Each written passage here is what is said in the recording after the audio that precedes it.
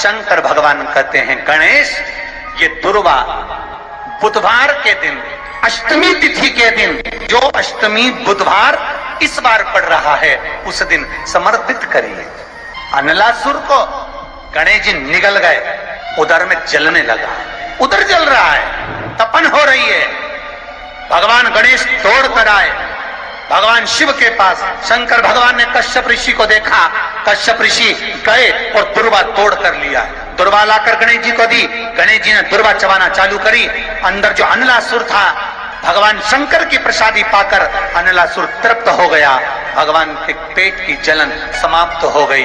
गणेश जी महाराज ने कश्यप ऋषि से कहा, सुनो कश्यप बाबा, आपने मुझे दुर्वा समर्पित करी है, ये दुर्वा जो मुझे देगा वो वैभव प्राप्त करेगा, जो दुर्वा मुझे समर्पित करेगा उसके जीवन में रोग दूर हटेगा। शंकर भगवान कहते हैं, गणेश ये दुर्वा बुधवार के दिन, अष्टमी तिथि के दिन, जो अष्टमी बुधवार इस बार पड़ रहा है उस दिन समर्पित करिए।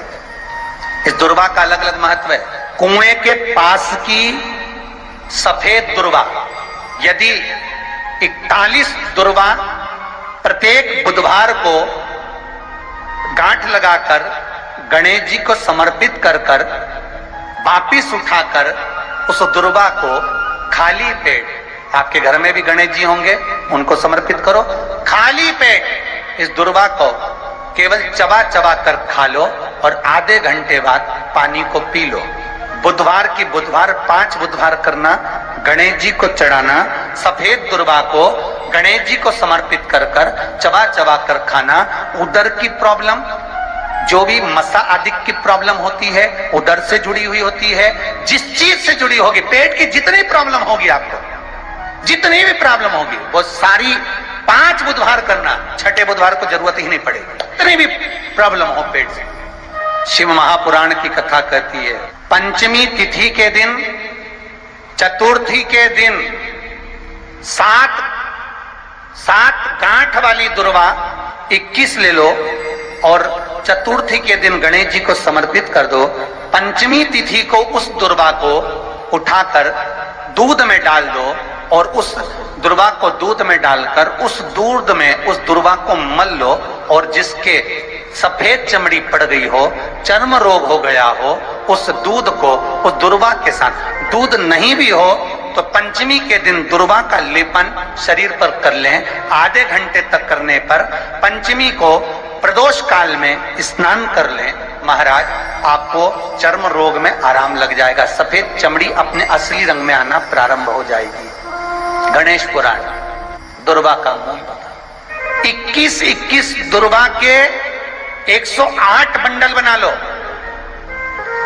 अगर एग्जाम में बैठ रहे हो, सरकारी परीक्षा में बैठ रहे हो, पास नहीं हो रहे, नौकरी नहीं लग रही, बहुत जगह इंटरव्यू दे दिया, 21 दुर्वा के 108 बंडल बनाओ, उसकी माला बनाओ और देवी के मंदिर में, माता जगदम्बा के मंदिर में, अर्थात जहां शंकर पार्वती पूर्ण परिवार विराजमान हो, ऐसे देवी के मंदिर में गणेश जी के गले में वो माला अर्पण करिए है, अपना नाम बोलकर और जिस एग्जाम में बैठ रहे हैं उसका भाव वर्णन कर कर महाराज। और वहीं से एक पुष्प लेकर अपने कमरे में जहां पढ़ते हो, कांच की प्लेट में उस फूल को रख दीजिए और दूसरे दिन एग्जाम के लिए चले जाइए, आपको उसका फल अवश्य मिलेगा। दुर्वा सुख का अनुभव करा देता। तो यहां शास्त्र कह रहा है, दुनिया कुछ भी कहे, कितना भी अपशब्द बोले, आप भगवान की भक्ति में अगर डूब गए हो तो फिर कुछ भी नहीं।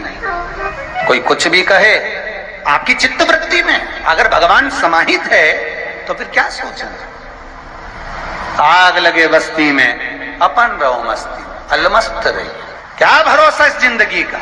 21 दुर्वा के 108 बंडल बना लो।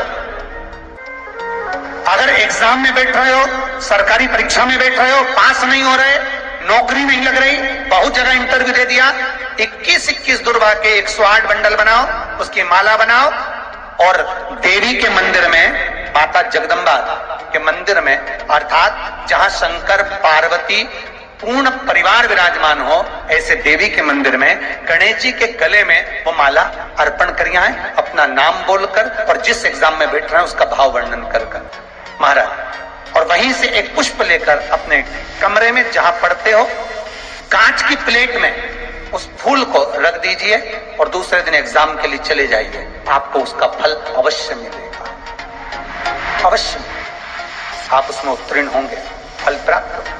दुर्गा सुख का अनुभव करा देता, आनंद का।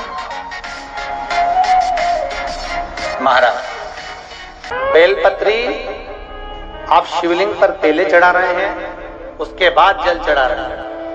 दूसरा, जल चढ़ाने के बाद बेलपत्र चढ़ा रहे हैं। ये दो अलग अलग क्रम है शंकर भगवान की पूजन के। आप समझ लीजिएगा जरा, ये प्रसंग कभी नहीं आया, आज आया है तो उसको समझ लें।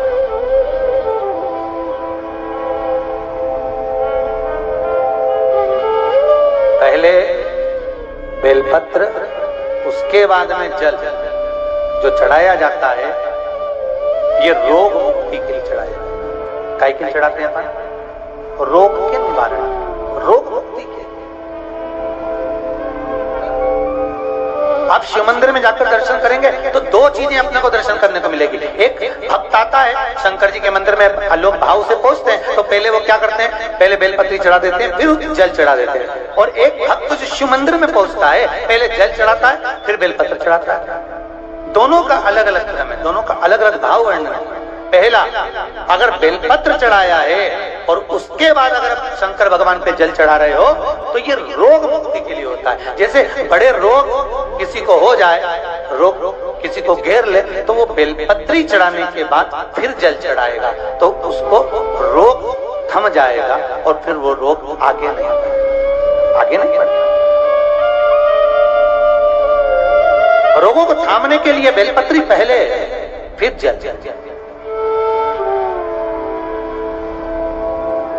और जब कुछ कार्य के लिए आप, सिद्धता के लिए आप, अच्छे कार्य के लिए आप, मन की प्रसन्नता के लिए, आनंदता के लिए आप शिव आराधना कर रहे हो, आप शंकर की आराधना कर रहे हो, तो आप जल चढ़ाकर फिर बेलपत्री चढ़ाए, उसका लाभ आनंद। आपने जल चढ़ाया, उसके बाद बेलपत्र चढ़ाया।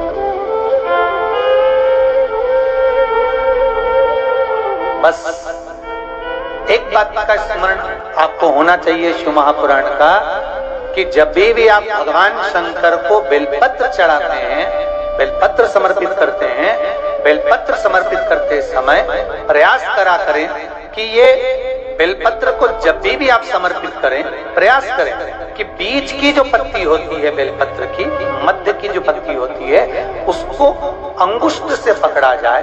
उसके बाद में आप फिर बेलपत्री को शिव पर समर्पित करें, प्रयास करें। बेलपत्र जो हम भगवान शंकर को समर्पित करते हैं, उसका मध्य जो भाग होता है बेलपत्री का, जो तीन देवताओं का मध्य जो भाग होता है, उसको पकड़कर बेलपत्री को शिव को समर्पित करते हैं। पूर्व की कथाओं में यह भी वर्णन किया है कि बेलपत्री की डंडी का मुख कहाँ होना चाहिए। पूर्व की कथाओं में यह भी बताया गया है कि बेलपत्री की तीनों डंडियों के बीच में, तीनों पत्तियों के बीच में जो खाली जगह होती है, डंडी होती है, उसका क्या महत्व है, ये पूर्व की कथा में पहले बता चुका।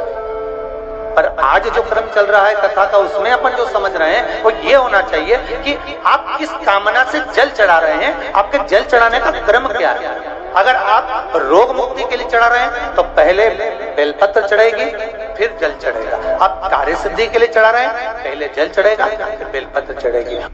दोस्तों, ये जानकारी अगर आपको पसंद आई हो तो चैनल को सब्सक्राइब कीजिए, वीडियो को लाइक कीजिए और कमेंट में श्री शिवाय नमस्तुभ्यम अवश्य लिखिए।